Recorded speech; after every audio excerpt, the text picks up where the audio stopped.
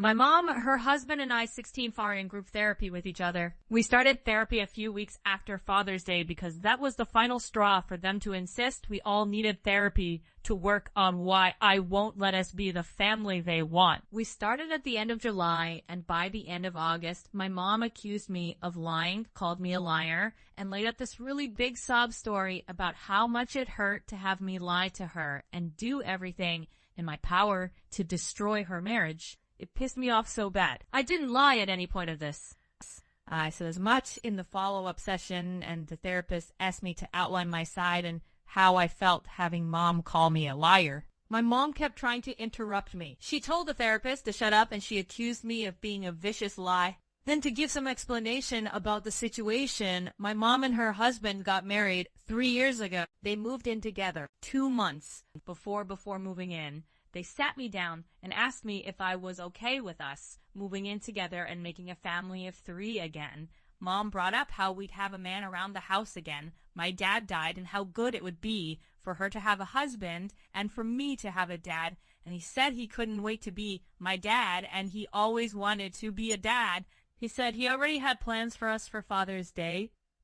This was February of 3 years ago. I told him I wasn't okay with that stuff, that I didn't want another dad, wouldn't let him be my dad, and was not about to spend Father's Day celebrating someone who isn't dad's. They started laughing and proceeded as normal, but Father's Day became a struggle because I've not spent the day with him the last 3 years, and he has tried. So has my mom. I meant what I said. I never called him dad or let him fill the role in my life. This year, he snapped and he had a temper tantrum and said I was supposed to be with him on Father's Day and not spending the day alone, and he didn't sign up to be nothing to me. My mom called me a liar because she said I promised to develop a close relationship with her husband and that I said yes to wanting what they asked. She said I had said I would give him Father's Day, and I lied, and I have not followed through on any of it.